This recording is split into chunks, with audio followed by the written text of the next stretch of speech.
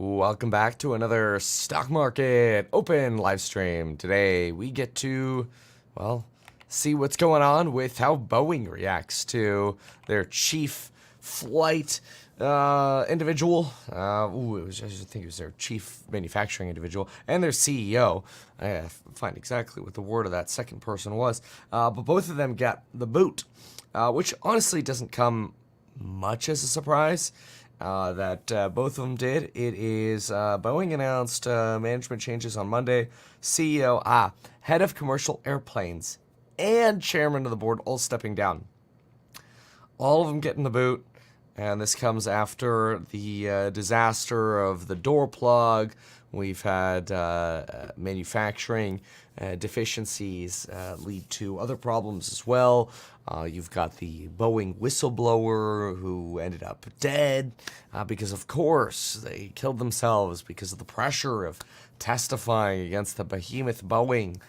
You know, we were talking about this in the office, and one thing that was interesting about Boeing is that, hey, aren't they a military defense contractor as well with access to all sorts of different weapons? That's probably the one company, one type of company you really don't want to piss off as a military defense contractor, huh? Oh well. Anyway, we are today on March 25th, and the data we're expecting this morning would be in about 1 minute. We'll get Chicago Fed activity index. Then we're looking for new home sales at the 7 o'clock time frame, new home sales and new home sales month over month, as well as Dallas Fed manufacturing activity coming out at 7:30. So some of these will be after. We're already done being live. We have the Atlanta Fed real GDP now index still sitting at 2.1%.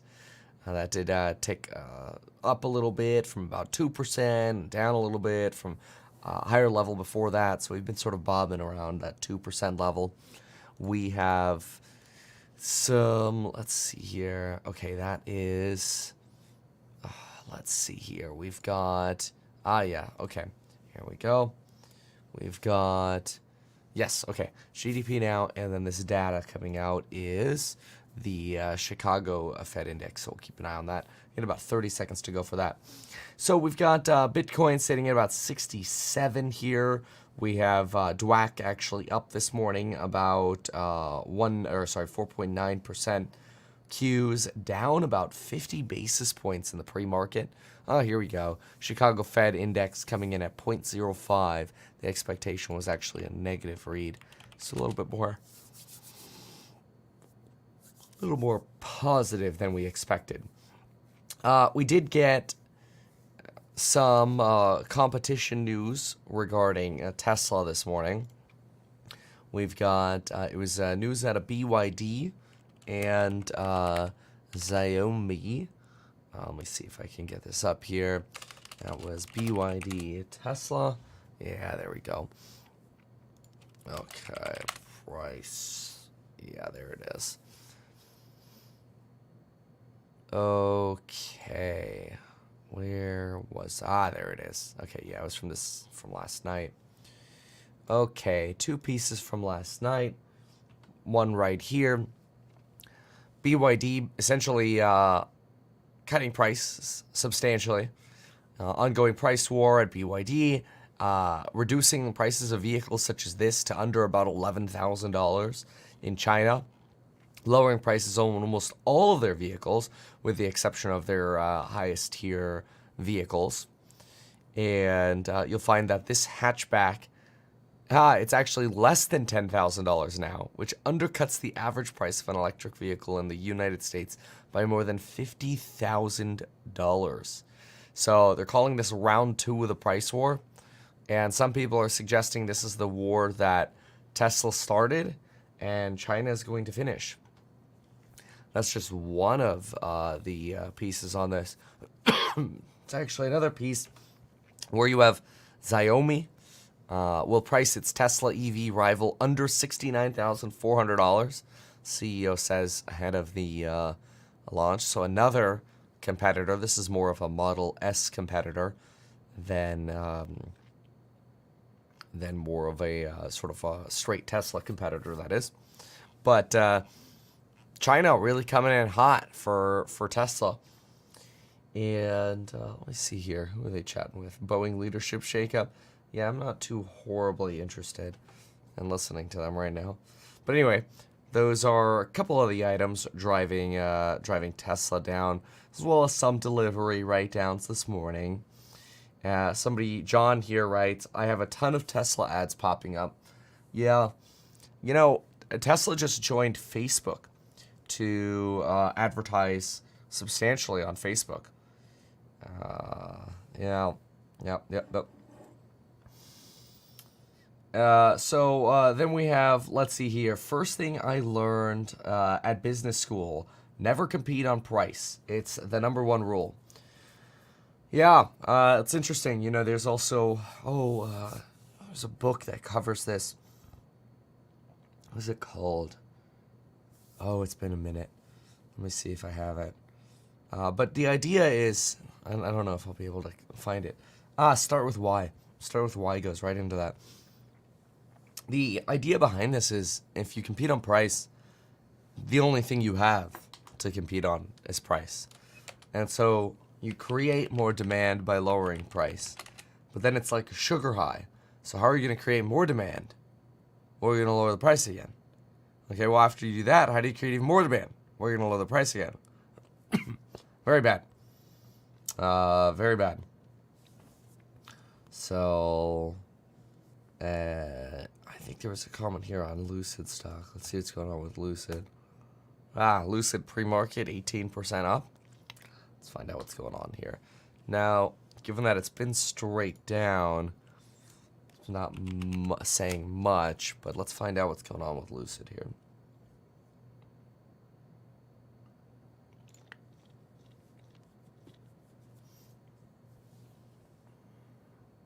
Okay, Lucid extends pre-market gains.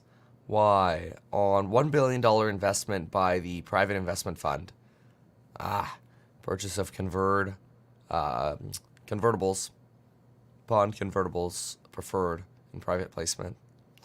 Yeah, so this is really interesting because this reminds me of very Buffett-esque, where Warren Buffett comes in and he gets preferred stock or preferred bonds, gets like a 6 to 9% yield on his Bank of America stock. Liquidation preferences in the event of a bankruptcy, gets a yield, and if the stock runs, can convert to stock. That's supposed to somehow make the stock go up because it implies that, somebody else is buying into this company. But with their liquidation preferences, their odds of losing money even in a bankruptcy are so low. They just pick up a fat yield in the meantime. It's just sort of a way of trying to sell the stock. You know, trying to pitch that, everything's fine here. If they're investing, you should invest. Yeah. So it worked that way. But, sometimes they can prop the stock in the meantime. People like to sort of ride the coattails of where the big boys go.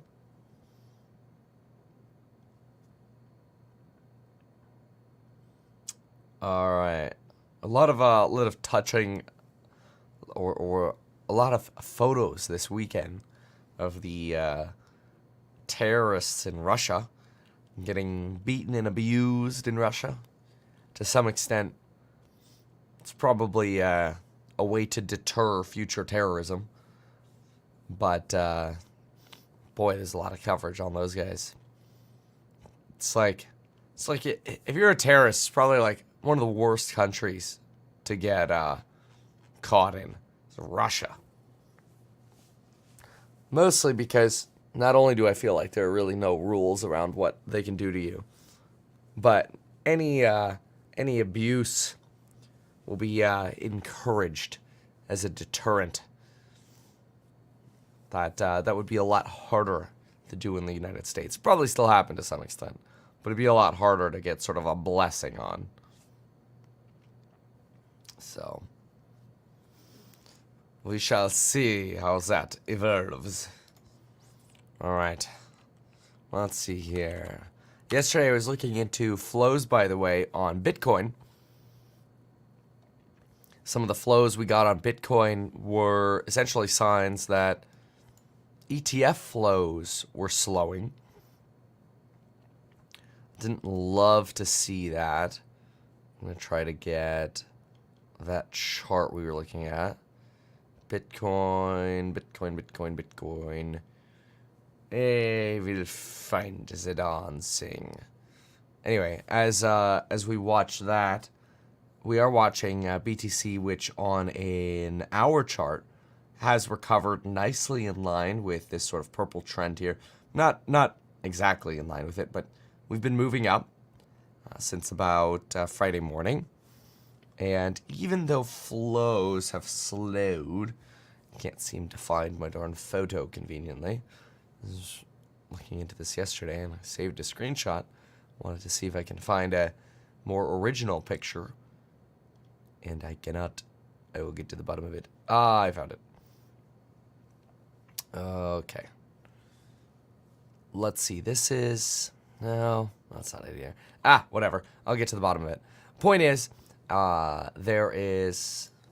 Even though inflows into Bitcoin have been positive, the pace of the inflows have slowed a little bit as we fail to reach some of the new highs. Got it. Found it. Okay. I don't know that will actually change anything for the price of BTC for the time being. But it is something a lot of folks are looking at saying, okay, what happens now? What happens when these flows really slow down? Is there a way we can maintain the dominance? We shall see. By the way, I also posted a lot of people think, quick side note, a lot of people think Ethereum's next. That's going to be going to like 15,000. We'll see. But if you have not yet seen the post that I made, I encourage you to check it out on the Trump bankruptcy. I think that's a pretty juicy post, so I encourage you to check that out. And let me see. Let me pull this. We'll have to get this chart in a sec. It's taking a little while to get up. In the meantime, there we go. Let's see what the suits have for us. Yields, by the way, not actually rising as much as you'd expect. Mostly because it feels like sort of bond traders are really sticking to the idea of, all right, they told us 3 rate cuts. Well, let's price in 3 rate cuts. So we're seeing that the 10-year is trying to reflect that. It's been pretty stable around 4.22-ish. The 10-year has been pretty stable as well, around 4.6. So we're still inverted by about 38 basis points. So really not making much progress on the inverted yield curve.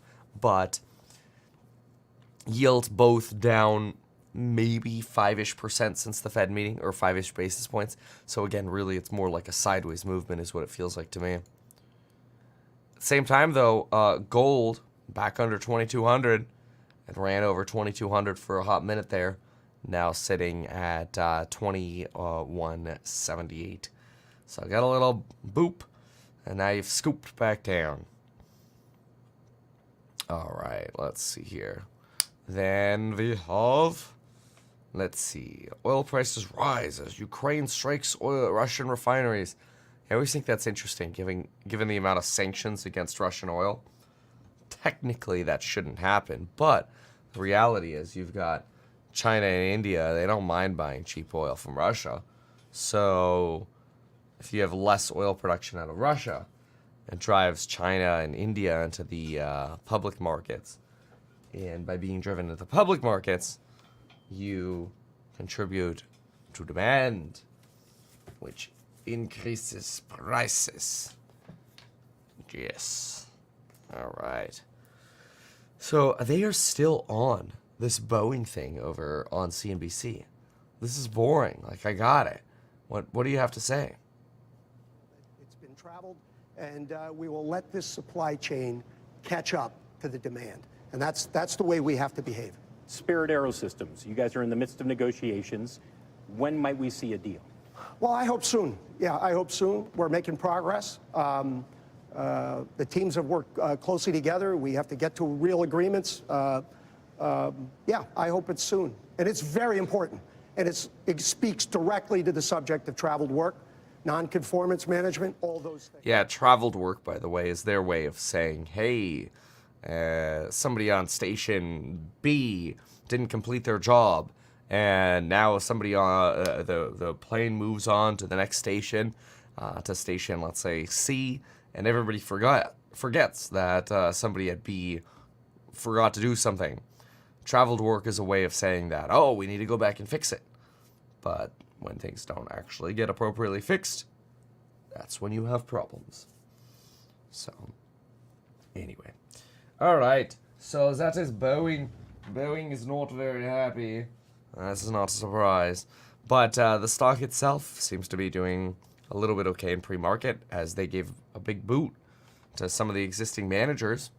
Look at that. Stock ran from about 2% to now up about roughly about 4% flat here. So pretty impressive. It does seem to be moving a little bit at least. And now, let's see what else is making a move here. DWAC on bond payment day is sitting at 5.57. Take a look at what else is moving here. Lucid, this is on the Saudi wealth fund. And their investments into preferred convertibles. And again, this is entirely, in my opinion, a way of branding and purposely trying to get more investments from the public. Got to prop up that stock. And this is the private investment fund is a group that already has money in Lucid. So propping up the stock is not exactly a bad thing for them. It's a good thing. They must prop up their investment. Not uncommon at all. So, Lucid, DWAC, MicroStrategy, all these up this morning, along with Boeing and Coinbase. What's to the downside is Fisker, Intel. Look at Intel. You had some restrictions by China on some more chip sales within China. The sort of chip sale restrictions broadened. And I was actually a bit surprised by it, mostly because it somewhat sent a signal that the tensions between the United States and China aren't over yet. And you could still get even more chip restrictions. And it seems like that's just strengthening. Intel, AMD fallen report of limited foreign chips in China. And this is sort of a way of both the United States and China kind of burning each other in this chip world here. Or I guess maybe burning less of each other, but trying to burn each other while burning American companies. So the United States starts with chip restrictions, then China has chip restrictions. Then the United States strengthens restrictions on China-made versions by companies like AMD and NVIDIA. Then China tries to prop up companies like Huawei and other Chinese companies, while at the same time also saying, well, now we're going to buy even less of your chips. So the Chinese exposure has been a bit painful for the chip sector. And a company like Intel doesn't have the H100 victory to go off of, like NVIDIA. So a bit of pain out of Intel. As far as Tesla, it's over here at the negative 90 pip level, right next to Rivian. Rivian, why is Rivian down today? Probably same reason. Price cuts on those Chinese autos. Let's take a look here. Downgrade. Ooh, I wonder if I can get this downgrade piece. Shares of Tesla, Rivian, and NIO fall in pre-market as Mitsul Securities cut the recommendation on the automaker to neutral from a buy. Let's see if we can get a rationale for this, although I have a pretty good idea. Analyst says, while constructive the long-term EV landscape, the near-term EV demand and tightening liquidity are creating challenges that extend into 2025. Yeah. That's not a surprise. Let me see if I can get my hands on the actual doc. Nope, not yet. While Tesla remains the global leader with scale and profitability, bar none, moderating growth, Chinese competition, and higher inventory are current challenges. They set their price target to $195 for Tesla. Unclear when that 95 comes in. That price target could be a 2025 price target since they're talking about 2025. But I'm not exactly clear. I will get to the bottom of it. We will find it. So, in the meantime, let's see what else we have. Let's see. Reddit's at $45. That's pretty much where it IPO'd, isn't it? Let me see here. Pretty sure that was its open. Its open was $47. So it's slightly under IPO now. Open again, $47 was where we opened. Down 9% on Friday. Well, 8.8. ERJ keeps ticking along. ERJ was up 8% on Friday. It's up another 1% right now. I mean, it's starting to look like a meme stock over here. Wish I had more exposure to the company. But I've been exposed to this one for about a year and a half, and all of a sudden it's just deciding to explode. It's trading sideways there for a while. Pretty wild. Plane manufacturer. It's probably the pain you're getting at Boeing that's driving this, honestly. People looking for a different plane company to invest in other than Boeing for diversification's sake. AI took Tesla's cash. That's interesting. It's probably a good point. Tesla Model 3 is the new Ford Model T. Yeah, the problem was with the Ford Model T, how many other manufacturers were there at the time? Somebody here writes, BYD is the new Ford Model T.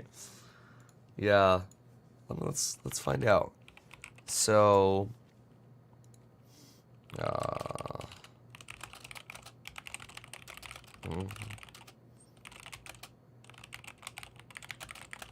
want to know the answer to that, so I'm going to find out. Let's see here. When the Model T was launched in 1908, the automotive industry was still in its infancy. In the United States, let's see. I'm trying to find out. This is a little tougher than I thought. I'm trying to find out. Like when, let's put it this way. When was GM founded? 1908 was Model T. They were founded in 1908. Oh, how interesting. GM was founded in 1908. Let's see. Ford Model T was produced in October 1908.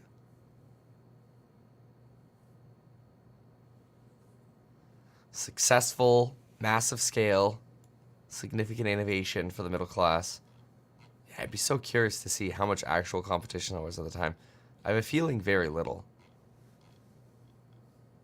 Like, I think they were able to get to mass production quite quickly before the others.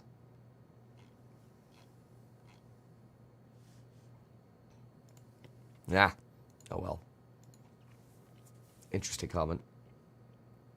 Somebody here says in the low 100s they're looking for Tesla for a fire sale. There you go. Missed the boat the last time. The pace of ETF buys of BTC continues to be as strong as it has been, likely because of GBTC outflows. Yeah, I don't think so. I think you are wrong about that. I will look though. And if you are right, I will tell you. But this was actually exactly the screeny that I was looking for. And my screeny disagrees with that.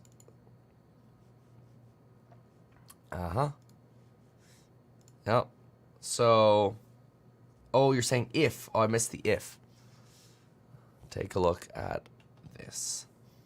This here shows you Bitcoin ETF inflows in the white and grayscale outflows in this sort of teal color. So you can see you're really tapering off with the BTC inflows. It's almost sort of like the money that was going to go in has gone in from the ETF approvals.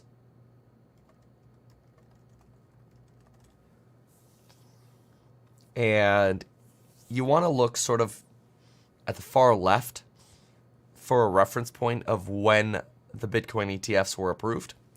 This was the beginning. You had sort of a quiet cycle, so you've had this taper cycle before. And then you have this resurgence, taper, resurgence, taper.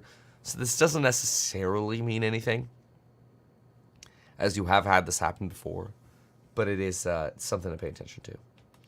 Let's listen in here. Oh, they're talking more about Boeing. Boring.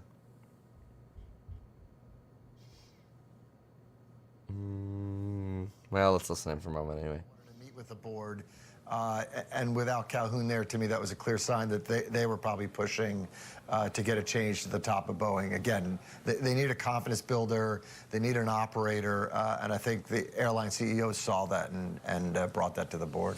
Given the fact that you think this person needs to be an engineer mind, do you think this is ripe for potentially a split in this job? Someone who's definitely focused on the financials and someone else who's focused on the engineering and the safety of these planes? Ooh. I'm sorry, I didn't catch this. Say that again? Well, do you think this could be a moment where you see almost a split at the top for how Boeing is run? Someone who's an engineer mind versus someone who's more financially focused? Well, so, I mean, you know, every organization has sort of their top engineering officer, their top safety officer, and Boeing's no different. So they've already got that inside the structure.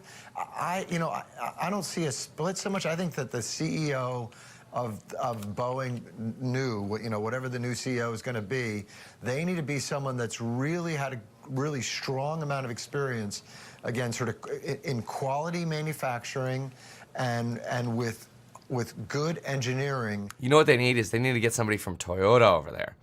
Yes. That would be a game changer for Boeing. They could get somebody from Toyota. But I don't want to hear so much about Boeing. It's a little on the boring side, I have to say. And, of course, everybody else is sleeping. No problem. Fine, then. So, what do we have in the morning? Well, there are a few things. Let's find it. So, what is Morgan Stanley? Mike Wilson has a piece today. I love seeing the Mike Wilson pieces. I loved it when I was really bullish on the market. I loved it when I turned bearish on interest rate sensitives. And I love them now. Let's see what Mike Wilson is interested in nowadays. Here we go. We upgrade the energy sector to overweight. You going all in on energy, eh? Something's going to be right for you, Mike. Something will stick, I promise. One of these days we will get it.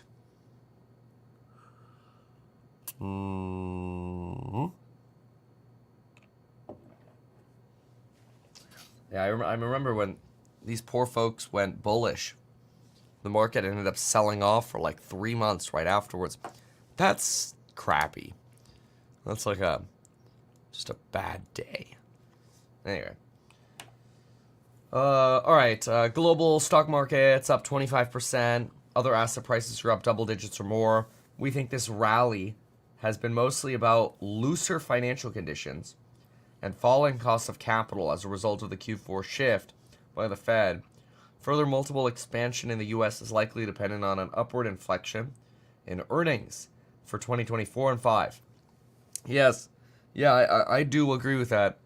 And there's one company, unfortunately, I know with certainty, well, my opinion of certainty, that won't have the best 2024 and 5, which I'm really sad about. It kind of sucks. Reflation trades back in focus. Fed appearing less concerned about inflation. Reflation trades are coming back into vogue. Ooh, some of the commodity cyclicals. All right, let's see here. Can we give us some names, bro? All right, on a single stock basis, they recommend the following. Ooh, there's Occidental Petroleum. Who's the cop? Cop is ConocoPhillips. Then you got DVN, which is Devon Energies, Occidental Petroleum, that's a Buffett fave, and then Diamondback Energies, FANG. Great expectations suggest more rotations. Yeah, this is just a reiteration of the summary. We rolled out our boom-bust thesis in 2020 based on the shift. That's fine. Okay. So, into energies we go, per Mike Wilson. What is this? EPS expectations are flat for large caps since the front end of rates peaked in October and are down for smalls. Consensus EPS for the S&P 500. Here for 24, here for 25. Aha. Question for investors at this stage is whether the market can finally broaden in a more sustainable fashion. Yes. Industrial late cycle winners. Chips Act stocks. I don't know. Intel keeps getting reamed. They keep getting money. And they ran up to like $52 there for a while. But look, now they're down another 4% in the pre-market. What is this? They had their almost like little meme-ish run up there. Right back down. Maybe the Fed is less concerned about inflation because he really can't control it.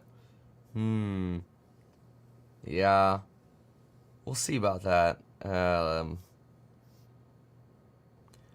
You know, I think there's just too much of a risk to screwing up the jobs market. And so the idea is just kick the can down the road and imply everything's fine and imply you're still getting 3 rate cuts. And if you need to remove one of the rate cuts in your projections, you can kind of do that last minute. You know, you could just kind of like end up not cutting 3 times. I don't know. What do we got here? Someone talking on treasuries? Let's listen in. Sweet, but that was short and sweet. It was perfect. We'll talk maybe macro, maybe top down some other time. But suffice it to say, you're probably already buying things. You're probably always buying things that you like to some extent. But we appreciate it. Thanks. See you soon. We're going to get a final check on the market. We're down on the Dow 300 on Friday. We're down another 80 this morning. The NASDAQ was actually up. It'd be hard to imagine it being up this morning. All we did was talk about regulation here or antitrust here or across the pond. I told you, though, those big stocks weren't down by much. No. Yeah. They will survive, probably. Make sure you join us tomorrow. Squawk on the Street is next. Yeah. Yep. See, I'm just looking at a little bit more of Boeing here. Just really seeing the move on Boeing is kind of interesting. They're specifically touching on it now. At the end of this year, I'll be close to 68 years old. I've always said to the board, and the board has been very prepared, I would give them plenty of notice so that they could understand and plan succession in regular order. And that's what this is about. It's me giving them notice that at the end of this year, I plan to retire. And then them taking the actions that they've taken. Boeing's Dave Calhoun says he's stepping down as CEO. Good Monday morning. Welcome to Squawk on the Street. I'm Carl Quintanilla with Jim Cramer at Post 9 of the New York Stock Exchange. David Faber has the morning off. Pre-markets red on this final week of Q1 and plenty of activity for a holiday-shortened week. That executive shakeup at Boeing and at least 3 firms eyeing higher year-end S&P targets. Our roadmap begins with Boeing, though. Dave Calhoun stepping down at year-end. Chairman and head of commercial airplanes also leaving in the wake of those ongoing safety concerns. The EU launching a probe into big tech, going after Meta, Apple, and Alphabet. And stocks are looking to build on their bull run, both the Dow and the S&P posting their best weeks of the year. Let's begin, though, with the shakeup at Boeing in the wake of that company's safety crisis. Jim, we heard Calhoun with Phil, and you said, yes, as predicted. Yeah, but I just spoke to David. I think that this is something that kind of had to be done, not forced necessarily, but the idea that they have to pick someone new. David's going to stay at the end of the year. It's a long cycle business. That makes sense. But you get someone new in there, maybe you get a little less heat. I think that the FAA is charging every single mistake leads back to Boeing, even if it's just someone bumping into a pilot seat. And it's gotten a little extreme. So maybe a fresh face will do something. Internal candidate, Ms. Pope, which I think is very good. Malenkov is a tough guy. I mean, those of us who know Malenkov know he was willing to take on Apple when he was at Qualcomm. He is not the kind of guy who has any allegiance to anyone other than the company. So when you bring someone... Yeah, good old Jim. Make sure all your friends still love you. Promote everyone. It's not a bad strategy. Make sure everyone's happy, even if things are going bad. Now, I'm watching BTC this morning. I want to see if we can really get to, like, the 69K level again. We've been getting a little stuck in the mud right here at about 67,000 in the last hour chart. I feel like we've been stuck there for about the last 10 hours. And it'd be nice to get a little bit of a push back up to that 69 so we can really test that level. But we're coming out of the slumpers that we saw last week where we were in the low 60s for a while. And I like watching this as a leading indicator for the NASDAQ as well. It's not always perfect, but if we go to the day chart here, one of the issues we've had is this sort of, shoulder building, some are saying, on the right over here, getting stuck a little bit. Can it, will this just be a normal pausing, and can it continue? We will find out. So we got Morgan Stanley talking about the energy sector, Mike Wilson. We've got, talked about Tesla's downgrade over to a price target of 195, but one of our Wall Street folks. I expect more of those downgrades to come out, sadly. At the same time as price cuts in China. Let's go take a look at this. This is a bull and bear case for 2024 and 5 by HSBC. Take a look at this in a moment here. All right, let's see here. So, bull target risen to 5,400 as the soft landing materializes, and we see upsides to earnings. They also have a $5,700 Goldilocks scenario and a bear target. So let's see what we have here.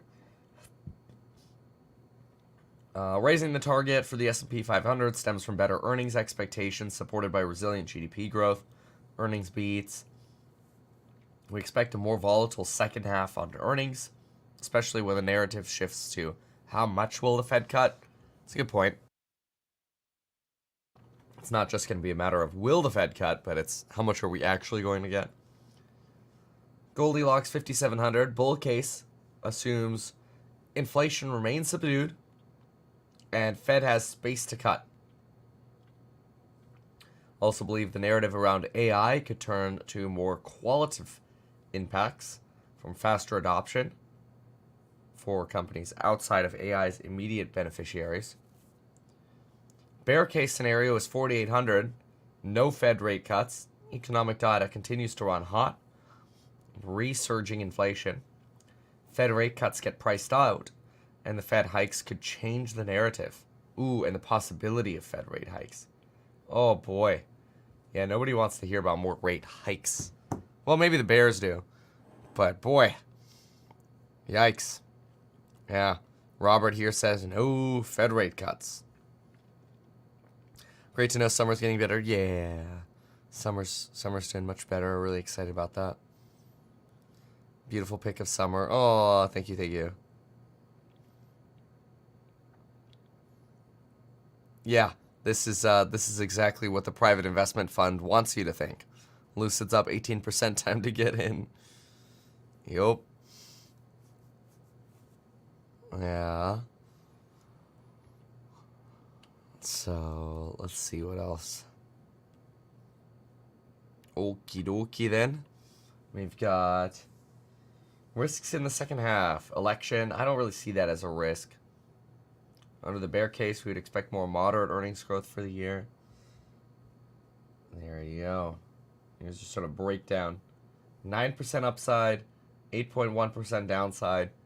Base case, 3% upside.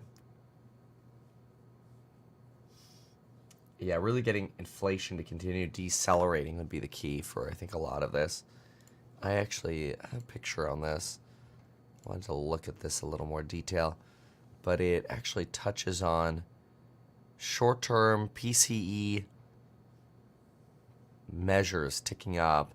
U.S. core 3-month annualized, including February's estimate, and a 6-month annualized rate, including February's estimate. So this is the Fed's preferred inflation gauge. I'll show that on screen here in just a moment. It'll show us what the current estimates are for PCE. Take a look on screen now. U.S. core PCE on the right. You can see this low we hit in December, which was so great. I mean, you were annualizing out on a 3- and 6-month basis to less than 2%, which was phenomenal. Really, really good. But now you've got this sort of second wave resurgence going on here. Now, it is possible that you're going to get something that's sort of very much like what Powell warned about. See, this at the beginning of the year in 2023, you had a bump in Feb, and then March really started cooling again. And then once you got, after the Jan-Feb higher levels here, you get that March cooling and then a rotation down the rest of the year. Straight down the rest of the year. So there's some concerns that maybe this is just the beginning. And that's what Powey's waiting for. Yeah, they're still on Boeing. We shall see. That would be very interesting. Alright. Somebody here says, Apple will breach the 158 gap. Ooh. Apple bear. Somebody else writes, Tesla is the death of retail. Someone else thinks, the future is Baba. Let's take a look at Baba. Baba. Still slightly red here. Disney upgrade. Yeah, Disney got a few upgrades. Disney's been really marching along since hitting about the 107 level there. Yes.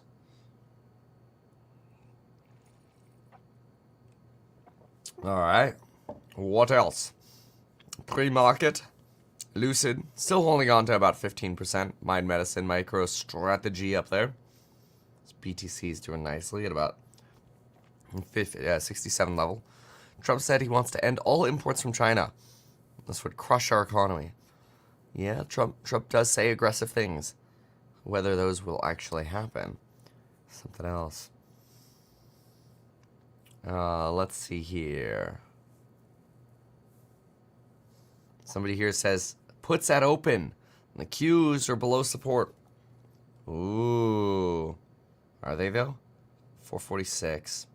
Depends what support you drew. I actually don't really have any lines up here, do I? No.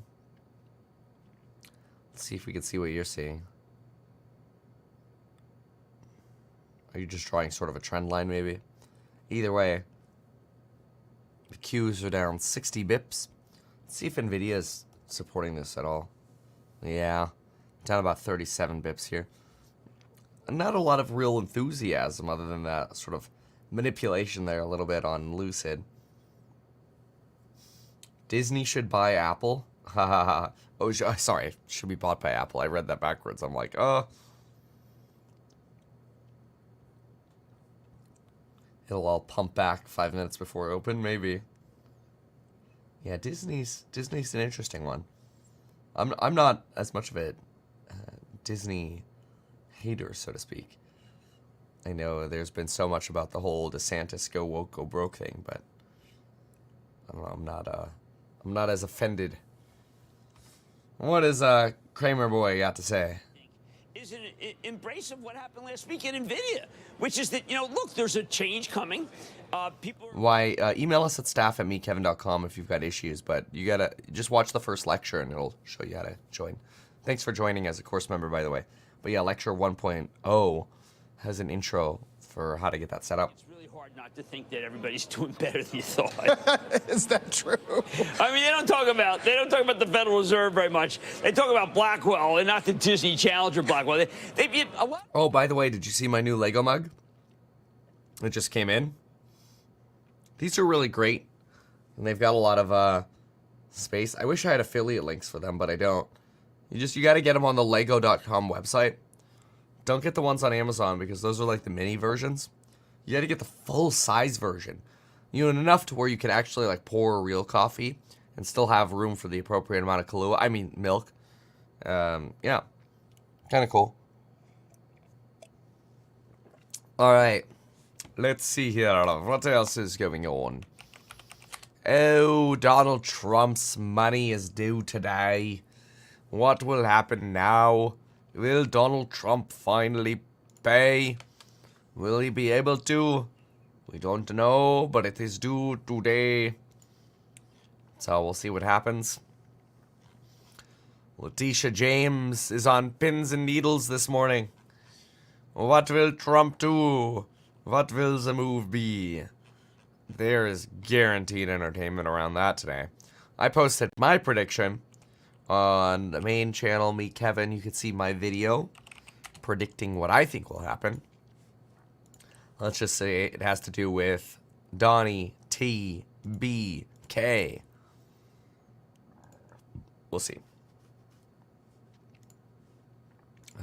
That is not to be political either. It's simply to say there is a strategic benefit to a very specific move that I suspect will be made. But we shall see. Alright. What else?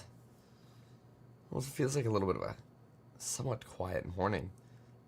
Let's see what Doomberg's got. The story has fundamentally changed at the moment, that they need to see progress in the inflation coming down, and that the main puzzle with inflation is in the housing market. So as those headlines evolve, we'll bring those to you. Let's get under the hood. What's moving ahead of the bell?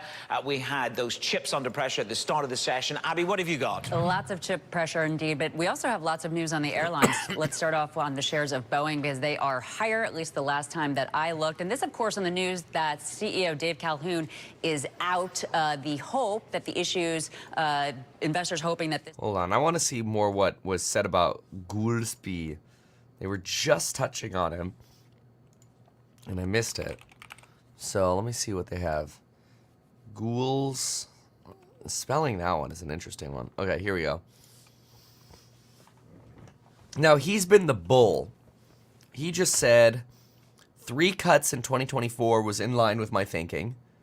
The main puzzle with inflation is housing. It's not the only puzzle left with inflation, but okay. It's the insurance sector, the health sector, and there are definitely some leftover issues. And I'm not trying to be bearish on it. You know, I think eventually inflation will be gone and rates can go back to levels lower than where they ever have been in the past. But it's just going to take longer. Need to see progress in inflation coming down. Fed has to strike a balance between its dual mandate. Doesn't feel like the story has fundamentally changed. Goolsby, you're not going to tell us anything, are you? Yahoo Finance interview. Bit of a murky period with inflation. Okay, all right, that's what we're going to call it. A murky period. Down to the opening bell. Oh. Yep, 15 minutes to go before the opening bell. Murky period is an interesting and maybe nice way to put it. Sort of like, yeah, we just gotta wait. Give us 3 more months to solidify those rate cuts. I think that's believable. Give them till July, wait to see what happens, and you kind of take it from there. Das would not surprise me. Bostic comes out as well. The Fed speak begins. You know, Fed speak is usually pretty annoying because they all have sort of different headline grabbers, but ultimately it all comes down to what Powie Wowie has to say. And Powie Wowie is pretty clear with what he wants to do. Nothing right now. So, but Oh, well. Let's jump back over here. Q is still down about 50 bips right now into the open. And yeah, we're kind of bobbing along the bottom there when we take a peek here on the Qs today. Bitcoin under 67 at the moment. Objectives, nor would we have been able to achieve our carbon neutrality on the watch without our suppliers. I was visiting with several of our suppliers earlier this week with like BYD and Lens and Everwin. We found people, our partners, not only being receptive, but being aggressive and loving the challenge. They've not only been receptive to the goal, they've been innovating and figuring out new ways of doing things. Huge contribution. Cook was there to open the Shanghai store, second biggest store in the world after Fifth Avenue. Well, monumental. I do think, by the way, that if you want to talk waste and you want to talk heat, you want to talk emissions, go talk to Jensen. Jensen Huang's probably, I think, a visionary about this. It's one of the reasons why everything is about waste and everything's about heat. He just talks about it constantly, to the point where if you don't talk about it at the very beginning, I think questions like, are you listening? He's hard not to listen to because he's so much fun. I mean, look, what can I say? I mean, Jensen is the greatest force in technology today, and I think that Tim Cook and Eddie Q have got to sit down with him on the Vision Pro, because he's got ideas for the Vision Pro that are better than what the watch companies have with China. We'll get to energy as well with that big piece in the Journal today about the future of the grid and the demand that we're going to be putting on it in the next 5 years. Take a look at the pre-market here. A lot to get to. We got a smattering of data this week and some Fed speak. Powell on Friday. Of course, PCE as well on a day where the market will be closed. Futures remain red. We're back in a minute. Oh, that's right. PCE is going to come out when it's Good Friday, because Easter's coming up. Oh, how interesting. Very, very, very interesting. Wow. Anyway, okay, yeah, let's write down some catalysts here. Let's not just do that, though. I want to also look at, what did Bostic just say? Oh, Bostic. Let's see here. Fed's Bostic. Bostic. In the meantime, rather, I'm going to watch the candle here. So, Bostic, what did he say? Here it is. Okay, Bostic. Cutting rates too soon. Ooh, that's interesting. Cutting rates too soon could be more disruptive. Okay, that's an interesting quote. Okay. Fed is aware of commercial real estate risks, but don't see broad-based. Commercial real estate risks, not broad-based. Okay, got it. Want to avoid volatility. Expects just one rate cut. Just one rate cut this year. That's interesting. So you're going to get some people coming out saying 3 rate cuts. Some people coming out saying 1 rate cut. If the economy performs as expected, Fed can be patient. If economy performs as expected, Fed can be patient. And economy and inflation slowing gradually, still in a pandemic economy. Boring. Dropping all that over there on the good old e-hack. You know what I always think is funny is when you're trying to type e-hack to your friends or family, it always corrects to whack. I actually think that's kind of cool.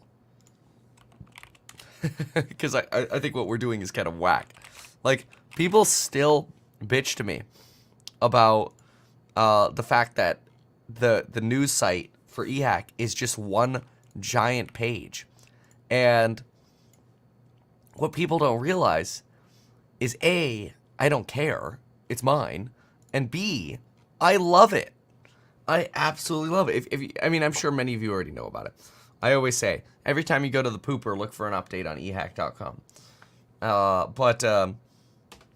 You know, the cool thing about it is, see, here are some of the things I've written down so far this morning. But the cool thing about it is, if I just want to go, you know, Command F, let's say, and I want to look up one particular topic, rather than having to do some funky, like, search function where I'm clicking 10 different articles, I could just type Tesla, and I could literally see an in-order history of everything that we've written about Tesla. It's so glorious. And there's a lot. So, I mean, there are 228 mentions. And you don't even have to load a single other page. It's because it's not driven by advertisers who are looking for clicks. It's just driven by function. Yes, function above all. Everything going with AI. And there's a piece here this morning by Mike Mayo. Mike's got a hot hand. I don't want your JavaScript crap. I want HTML, baby. That's what I want. HTML. I bet you coders don't even know what that is. You C++ and all you fancy JavaScript coders and stuff. You don't even know what HTML is. It's so simple, it's like beyond you. Now, there's possibility Morgan Stanley, because of the Reddit IPO. We need to see more IPOs, but you do have a lot of things going with the bank group, and a lot of this has to do with, again, with rate cuts, not as aggressive as possible. They can't deal with aggressive rate cuts. They don't do as well, but I like this call, and I think Citi's, it's working. Right. Well, it's been chart technicians have been after this. Yes. And a lot of the fundamental analysis. Look at this. I mean, come on. Yes. Versus a 10% gain on the S&P year to date. Yeah. They're going to lead us into Q1 earnings season. Are they going to? Is it going to be a good tell? And was it a good tell for? You see an assembly. What's that HTML nonsense? I don't even know what assembly is. Assembly code. Assembly language. Code that relies on strong relationship between the instructions input using the coding language and how a machine interprets code instructions. Is this like for CNC machines or something? I don't know. That's not generally what I think of when I think of machine inputs. Mostly because I have these memories of being a child, getting stuck in my what's it called? My dad's warehouse, because he was a master carpenter, did a lot of kitchen work, and so he had to program the CNC machines to drill little holes in the side of the cabinets. You know the little holes in the side of the cabinets where like you could put your shelves on different levels, like even like IKEA style furniture or whatever, where they put the holes everywhere. You know, those are just flat pieces of lumber. And then the robot goes around. It's like amazing, and it's like millimeter perfection.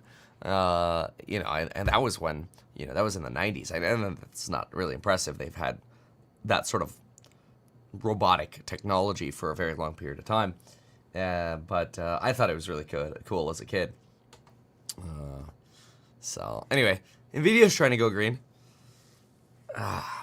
You've got the NAS just really trading sideways here. Visual Basic in high school, I programmed with True Basic. What was older, True Basic or Visual Basic? Now I'm gonna look. That's what I learned to code with. Java and True Basic. True Basic was introduced in '83, but what's Visual Basic? Embedded Visual Basic. Oh, here we go. Visual Basic was released in 1991. So that's a newer version of True Basic. How interesting. Oh, the old school programming language. Everyone programming in those high school level languages really doesn't understand how computers actually work. Well, I would argue that that's true of probably a good chunk of folks who go through like kind of like coding boot camps and stuff. And I'm not bagging on those. I'm actually a big fan of coding boot camps. But yeah, I think the science behind computers, how they work, is so fascinating. Jack and I, we were just disassembling 3 different laptops, just old ones we couldn't really recycle. I mean, we did recycle the parts, but we didn't want to get rid of without disassembling the hard drives. They all had SSDs though, so we had to find these darn little Samsung chips. They're tiny now, the SSDs. My lord, they're tiny. But it makes sense when, you know, The little micro SD cards can hold as much as they hold now. It's not a surprise that you can get a 1 terabyte Samsung chip that's like the size of a quarter. But it makes it a lot harder because it used to be you could open up a laptop and go, there's the hard drive. Because you see this big spinning hard drive and you're like, cool. So you just drill through it. Boom, it's dead. Or magnet, you know, is the old trick. Now you got to go find the frickin' Samsung chip and they're all covered. It's like they put a chassis in these whole things now, like in the front of a car, you know, where like the whole engine block is covered up. It's not like the good old Jeep Wrangler. You could just go in there with one tool and fits on everything. No, everything's under this pretty housing. It's crazy. But anyway, yeah, I think it's also fascinating. Anyway, this is all just tangential to what we should be discussing, which is the trajectory of Bitcoin this morning. Yeah, getting stuck there at 67K. All right, what else? Surge in Canadian weed stocks. This is after Germany's approval of cannabis. 2 minutes to the bell. Could fireworks loom at the end of the week? Why? Last week of the month. Oh, of the quarter. It's the end of the quarter. Oh, you got to sell down on Tesla before you get the delivery numbers. Ooh. Yeah, that's very interesting. You have 90 seconds to go before the bell. We're at, let's see, March. April 1st will be Monday. And then what are our caddies coming up? So catalysts are GDP coming out on the 28th. That's in 3 days. U of Michigan in 3 days. Do we have jobs? No, jobs will be next week. PCE comes out Friday. And then you get into April 1st for ISMs. All right. Tell me about this AI hype cycle, Kramer.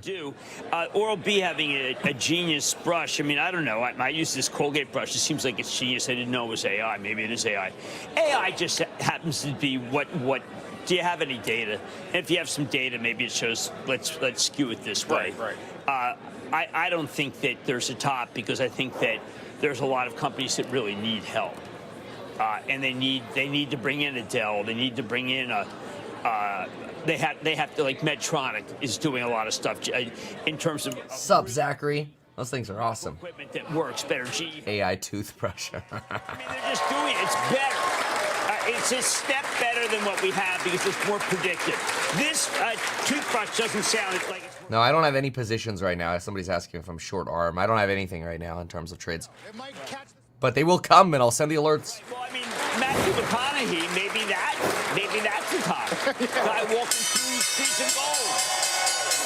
Let's get the opening bell here and the CNBC Real-Time Exchange with the big board. It's Eaton Vance, total return bond ETF at the NASDAQ. It's clean energy company and uranium producer Encore Energy. Energy, actually, Jim, just behind Infotech and Comm Services for the year. Yeah, well, I think that we all... All right, we're getting some red here at the open here. NVIDIA is bobbing around, though. You can see that candlestick is having a hard time getting direction. Down about 40 bips, 69 bips on the Qs.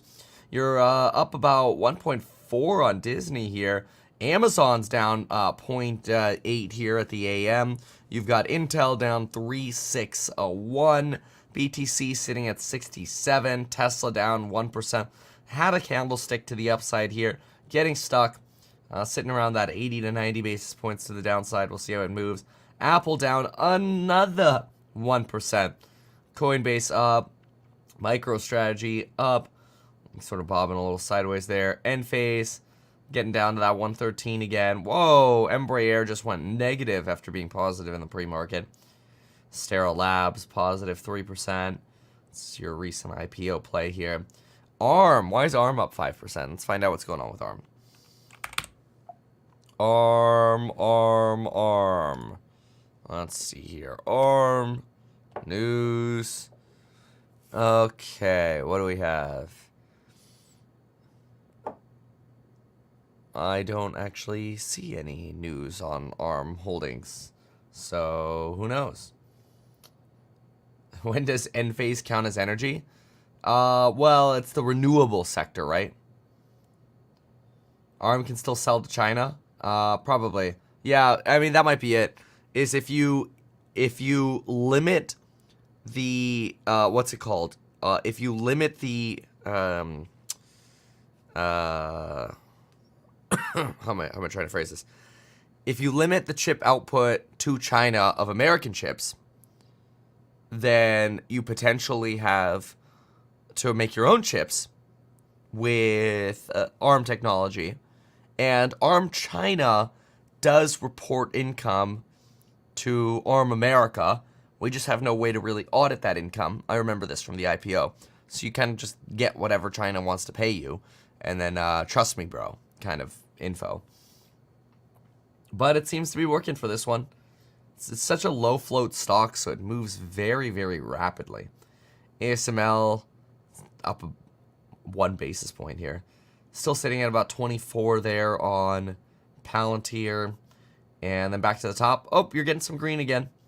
Looks like that sell-off was somewhat short-lived there. Look at that. Yep, getting green again. Alibaba's up 30 basis points. Nvidia is about to go green. Tesla's green. Tesla just went from negative 1% to positive 1%. You've got Intel down 385. Apple's still down 1%. Apple's not really getting the love on that green there. MicroStrategy up now 7%. Hood's up another %. And the Qs, yep, look at that. All right, well, hopefully the person who was saying go short the Qs at open didn't go short the Qs just yet. Then again, maybe who knows? Maybe they're onto something, and the time to go short is now on the green candlesticks as the day progresses. Who knows? I don't know. I got nothing. All right, let's see here. Market live. Nothing. Okay, let's listen in here for a moment. Very fast. In the same way that people didn't see Abercrombie, they didn't see, New Balance as being, it's a private company. New Balance taking a lot of share. I think Nike's very worried about New Balance. Although the only Dow names doing better at the moment are Boeing, which we talked about. Right. And then Disney today, Jim. Barclays goes to overweight. Well, I think a lot of people feel the more agitation, the better. I do think that Disney's very focused on making a lot of money. And I think that's correct because they're very focused on keeping Nelson Peltz off the board. Yeah, I mean, that's true. Take a look at Nike here. Nike's kind of been a little bit of a pain point as well. Someone here says, till race pumping, U.S. reclassification within weeks you're projecting. Germany just legalized. Yeah. Let's take a look at Tilray. Tilray, yeah. It was popping. Now it's down 47 bips. Nike up 152. Intel's just still getting whacked here. Then you've got... how's Baba moving this market? Baba. Alibaba is positive. It is positive. Tesla's up 1.8. And DWAC up 7. Oh, DWAC ran even more there for a hot minute. Lucid's only up 11, so Lucid really drawing down on who knows what. Why it's drawing down, just probably lack of momentum. We know why it went up. Ooh, Tesla's at 2% now. Tesla's trying to pump to these lines right here. 175 is your generally harder resistance level, along with the 178 level. But look at that. Straight move through some of these daily support and resistance levels.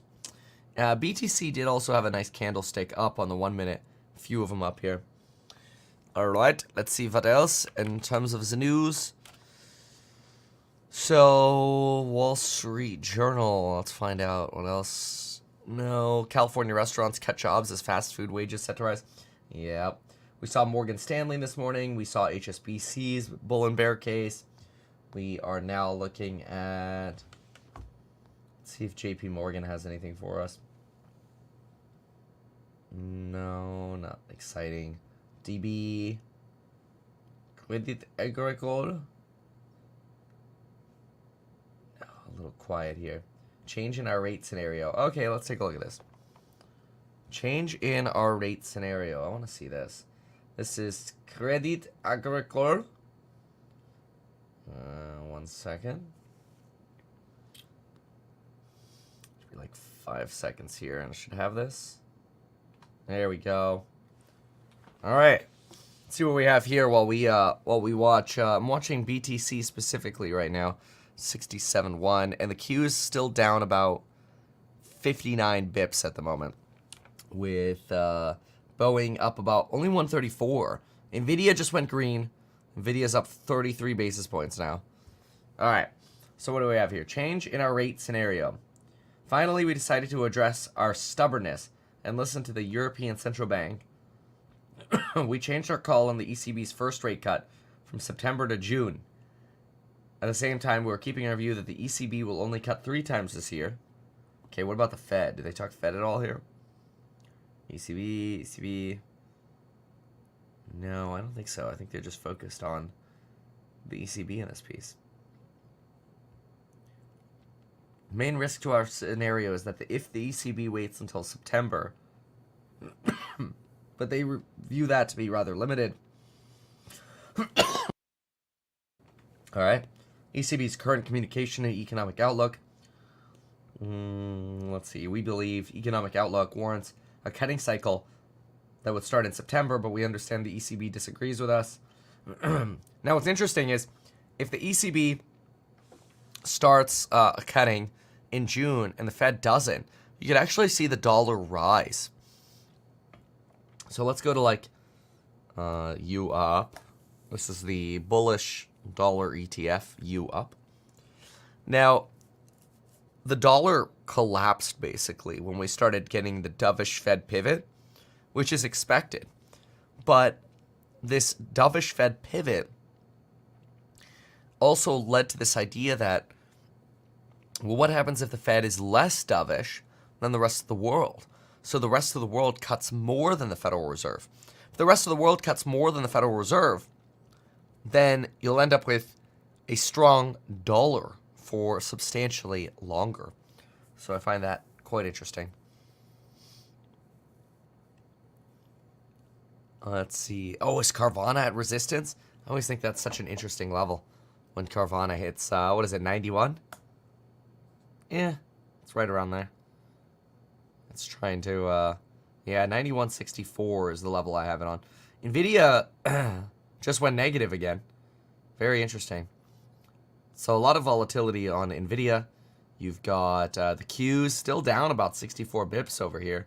Tesla's up 2.28 in this morning. I think Disney's running as well.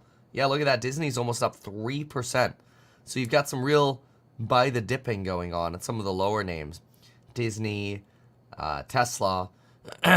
Excuse me. Amazon's trying to run. There we go. Lucid back to about 15-16%. Apple down 144.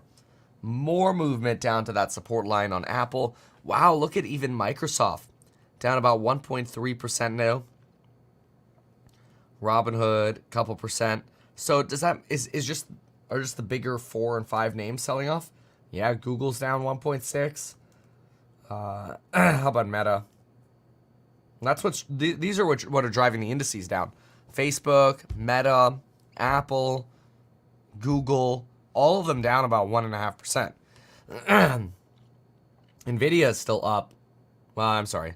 Nvidia is now down 0.5%. The Qs are now down 74 bips. Hey, maybe that short seller at the beginning on the Qs was right after all. Look at that. Now you're really starting to extend some of that Qs pain. Bitcoin doesn't care though, so neither does Coinbase and MicroStrategy. Enphase is actually up 1%. Supermicro's up. ARM's still up. AMC's green. Let's see what's really moving to the downside. And downside, Intel. Wow, biggest loser today, Intel. Followed by Tilray and AMD. Nvidia now down 80 bips. Flip into the other side. DWAC up 11%. Wow. And Disney up about 2.4. All right. Let's listen in for a moment. Rates start coming down. Well, that's why I think that the idea that they're cutting rates at all seems... Really? Look, I thought that Powell should have just said, look, we'll have your back if things cool off. There are some pockets of weakness. They're hard to find. The pockets of weakness tend to be related to younger people not being able to spend the way that older people are because of student loan. Yes. Because they're the ones that are being most hurt by inflation. But when you take housing, which should be something that should be hurt, they're still being very prudent about how many homes they build, which keeps the price of homes higher. There's a lot of good out there, Carl. A lot of good. Yeah, we are going to get some new home data at the top of the hour. By the way, Redfin, interesting, almost 6% of listings rolling 4-week average had a price drop. Yes. Which is better than we've had the last few years. Yeah, I mean, look, when you raise rates, you get a little bit of a price drop. But I do think that in the end, we're still nowhere near where we were before the pandemic. In 2019, prices were, we're 40% higher than there, and that is a problem. You saw DWAC there, Jim. Yeah, how we up doing? about 13% or 10% this morning. Well, I mean, David was saying it's a political story. Yep. Hard to value on an earnings story since it has very little. I wish I could contribute more on that one. I think that that's an ungameable. Legoland is starting to offer dynamic pricing now.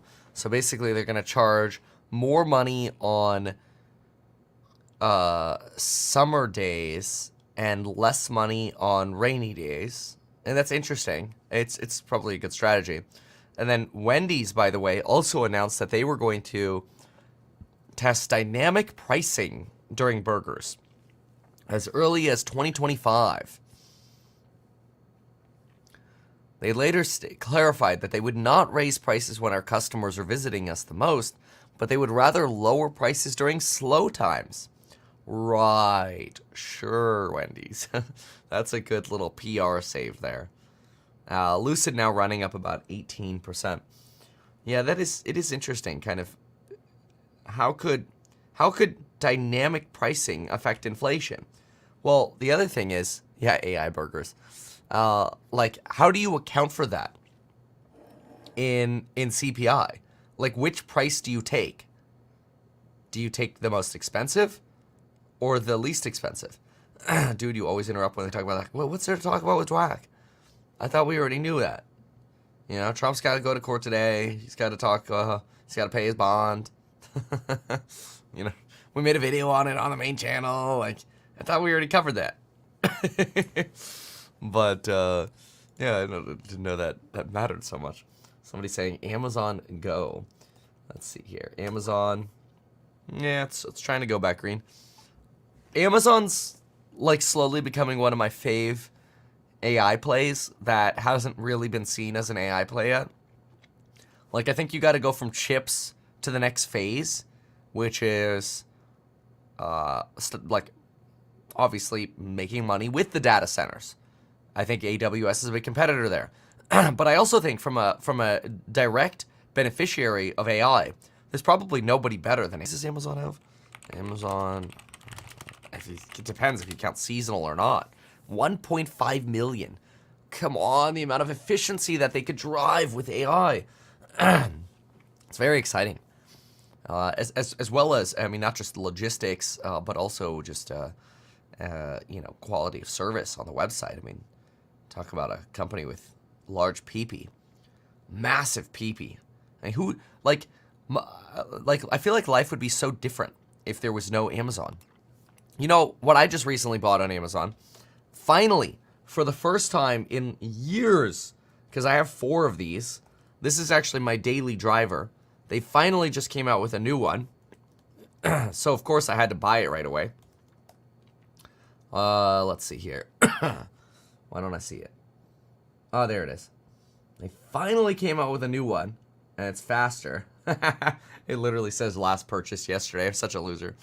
Look at this, folks. Last purchased yesterday. You can find this by going to metkevin.com/cart. C-A-R-T or K-A-R-T. Yeah, use my affiliate link. Sponsored.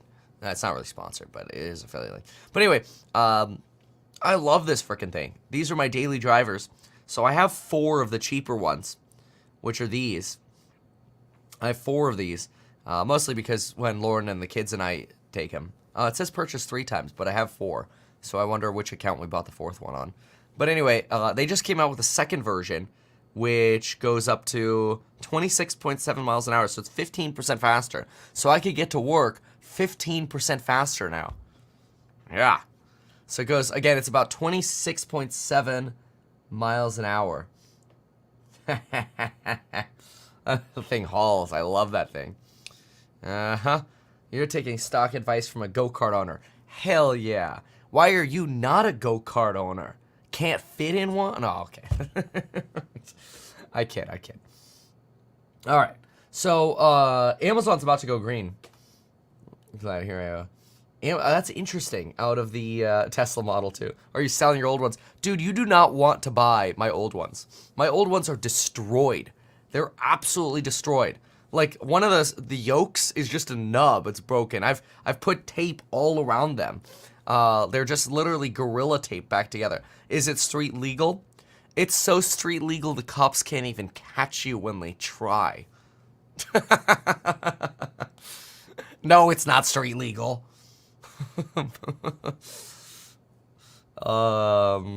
Anyway. Nvidia goes positive again here. Boy, what volatility today. Look at that. Nvidia goes positive. Amazon's about to go positive. Google and Meta are rotating up. The Qs are only down about 63 bips right now. Tesla's giving up. You gotta wear the Mario hat. I do have the Mario hats. That is true. We got Mario, Waluigi, Wario, Luigi. Those are pretty fun. I love when Max is driving it. We want to give him a Toad hat because he looks like Toad when he's driving it. Is Apple coming back? Let's see here. AAPL. Yeah, no, that's not Apple. AAPL. Let's actually write it correctly. Here we go. Apple's trying to bounce up. Carvana's still moving up. Well, this is an interesting market today. Very all over the place. But what you got to do is, let's see. I want to see. Let's see what's going on with LCID. LCID. Let's see. Is there a line we keep going to on this? Not really. Yeah, not really. Short Lucid. No, I don't know. I got no. What's it called? Ball in this game, horse in this race. I don't know. All right, what else? Anything else? Where's Dwack? Is Dwack still running? 6%? Nope, running less than it was earlier. GameStop. Whoa. Look at GameStop. What are they coming out with AI? Let me look.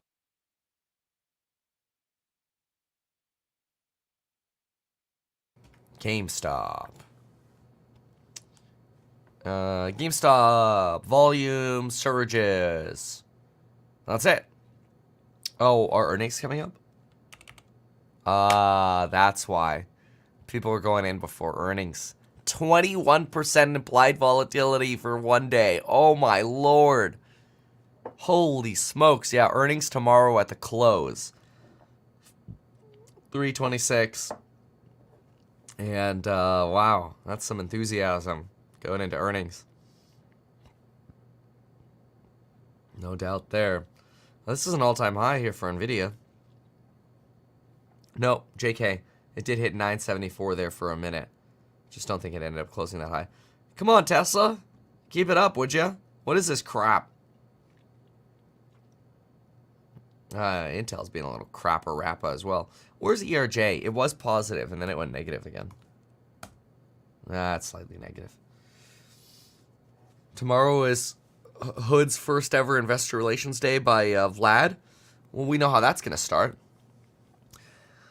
Back in my day when I was a young boy in Bulgaria. Who remembers us covering that? That was fun. Good old Hood live streams. Boy, you know, it's weird. That was like 3 years ago now. Crazy. Cart? Instacart? Yeah, you're right. They do keep moving here. The worst is when you get something from like DoorDash and they screw up your order. It drives me nuts. Because usually you're starving by that time. You know, you can't put the food order in when you're hungry, and then you're starving by the time it gets there. And then it gets there and it's wrong. Nvidia's now down, or up 1%, sorry. Wingstop, oh, Wingstop goes up again. No. I can't believe that this deserves to go so down. I was there, Kevin. He seemed like an okay dude. Yeah. Yeah, I remember the stream back from 2021 when Vlad was testifying. Yep. Yep. Oh, Lucid keeps running. Sounds like goes on Lucid. Just gotta do the most degenerate things. It's like, you know, Friday, we were in the course member live stream, which you should be part of the course member live stream, by the way. But anyway, we were part of the course member live stream, and we saw this tag our 390 line over here. And we're like, buy the stock. So, let me look on the 30-minute. Yeah, it was right here during our course member live stream. So we touched the line and we're like, buy goes. And that was a great move. Those calls double and triple during the day. They really saved another play I had going on MicroStrategy, which did not work out well on, well, I did double down and then that option covered some of my losses on my first option. I always like to double down. Like, I don't like to go all in with my first placement because sometimes you're slightly off on trading. So then if it moves in the opposite direction, but you still maintain conviction, you double down, and then you're double down, like, if you just get slightly correct in your direction, it's easy to go green again, which is great. And then you add the Lulu on top of that. That was great.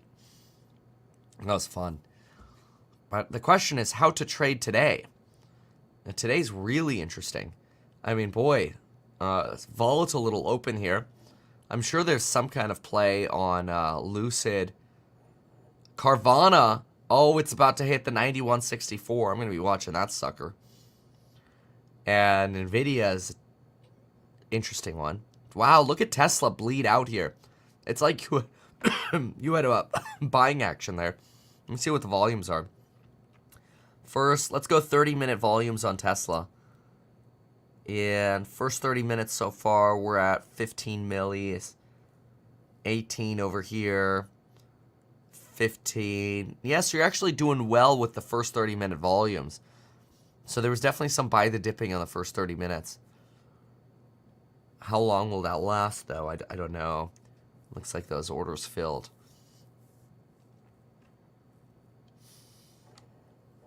Anyway. All right. It's time to push the button, isn't it? And then get to the course member live. Even though I'm a licensed financial advisor, real estate broker, and becoming a stockbroker, this video is neither personalized financial advice nor real estate advice for you. It is not tax, legal, or otherwise personalized advice tailored to you. This video provides generalized perspective, information, and commentary. Any third-party content I show should not be deemed endorsed by me. This video is not and shall never be deemed reasonably sufficient information for the purpose of evaluating a security or investment decision. Any links or promoted products are either paid affiliations or products or services which we may benefit from. I personally operate and actively manage the ETF and hold long positions in various securities, potentially including those mentioned in this video. However, I have no relationship to any issuers other than HouseHack, nor am I presently acting as a market maker. Yeah. Oh man, that Tesla bleeds rough. Hey, so if you haven't yet, check your calendar for June 21st to 23rd. Gonna be in Vegas. Really, we're going to hold a great event on getting you to an expert level in investing in real estate. We'll also have innovation segments and finance segments, so we'll have some really cool things and guest speakers. It's going to be fun. All that and more over at meetkevin.com. So excited to see you all there in person. It's going to be fun. And I think that's it. Now I'm going to make another cup of coffee and we're going to go to the course member live stream. So if you're not part of it yet, make sure you join the courses on building your wealth. Also meetkevin.com, and we'll see you soon.